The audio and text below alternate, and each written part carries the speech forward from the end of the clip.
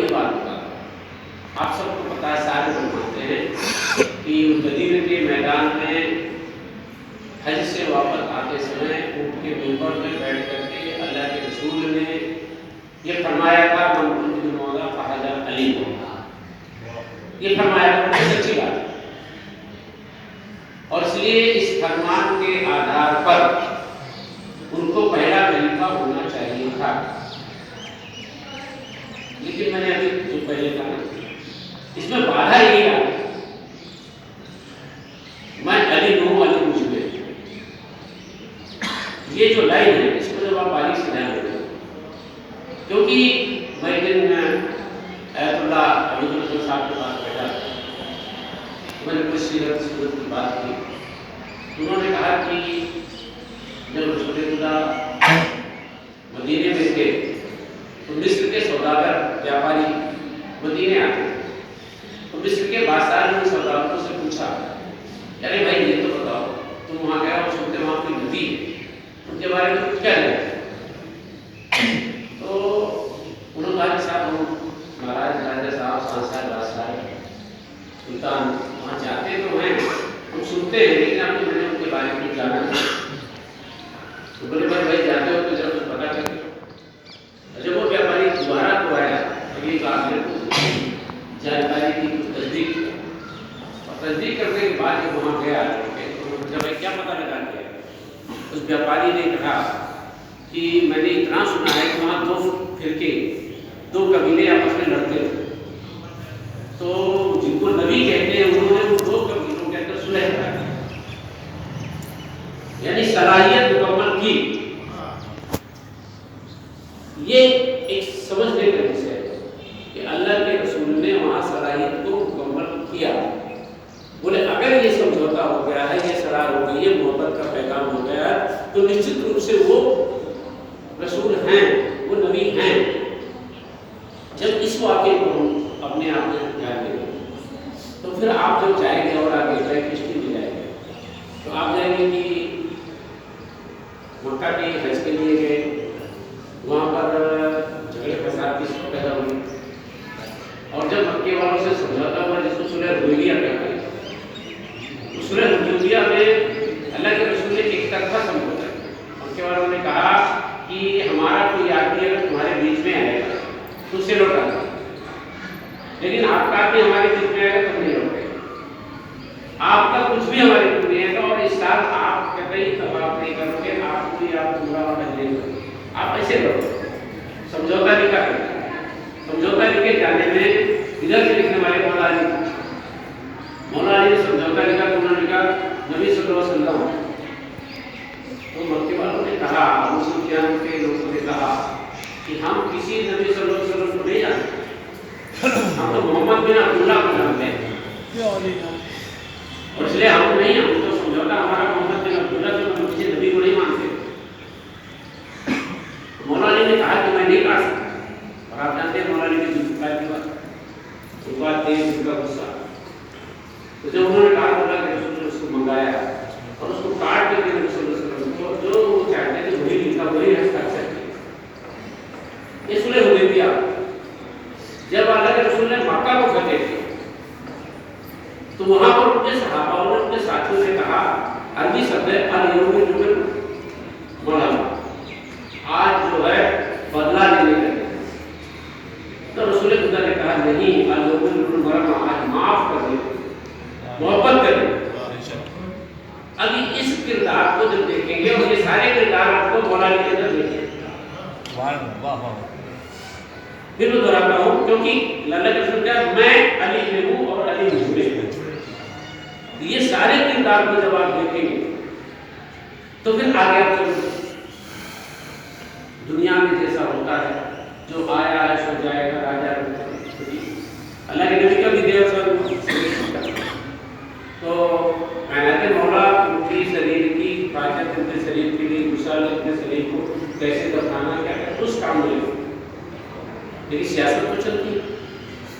اور وہاں جب سیاست ہوئی تو لوگوں میں بیٹھ کر کے پنچایت، اور پنچایت میں سے اس فرمان کے انسار تو حضرت عمر فاروق ان کو پرستاؤ دینا تھا، تو چاہتے تو ایک ہی نام تھے،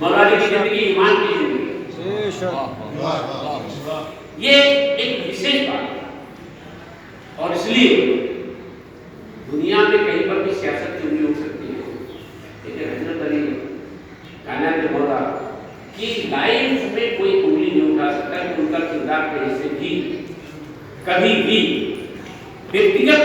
یعنی میرے ہت کے لیے، میرے بیٹوں کے لیے، میری بیگم کے لیے انہوں نے کسی بھی پرکار کی کوئی جنگ نہیں کی، انہوں نے کسی بھی پرکار کی کوئی لڑائی نہیں کی، کوئی اپنے دعوے نہیں کی. یہ ایک وشیش چیز، اور اس لیے آج ہم لوگ اس 1400 سال کے بعد اپنے لوگ بالکل ہمارے سب لوگ یہ ہمارے مولانا ندوی بیٹھے، آپ دل کے گہرائی سے سوچ لیجیے، پڑھائی کریں. دنیا کے اندر اگر محبت کے پیغام میں کوئی عزت کے ساتھ نام لیتا تو پہلے نہیں تھا،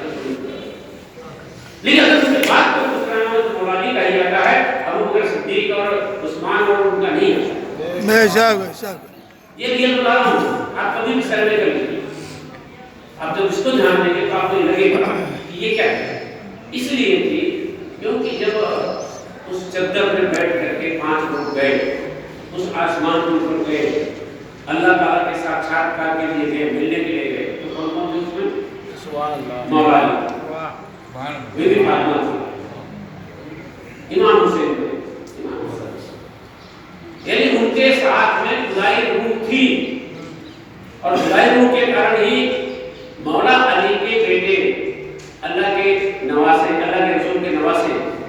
وہ آسمان سے پہننے کے کپڑے آئے. یہ اس کی پہچان ہے. یہ ایک اپنے اپنے سمجھنے کا سمجھے. تو مولا علی کے کردار کو جب ہم یاد کرتے ہیں، ہم نے اپنے مرتضیٰ بھائی سے کہا کہ اب میری اچھا ہے آپ ہمارے ساتھ آج چل کر کے سماجی چیزوں میں آتے ہو، تو ایک خدائی کام سے ہم لوگوں نے قدم کو بڑھائے، ایک انسانیت اور ایمان کے راستے میں اس راستے کو بڑھایا جائے. سیاست ایک الگ چیز ہے، لیکن محبت کے پیغام اور اپنے دل کے اندر ایک خوبصورتی کو لا کر کے ہم لوگ چلے. اور میں اس لیے ان کو بدھائی دیتا ہوں، انہوں نے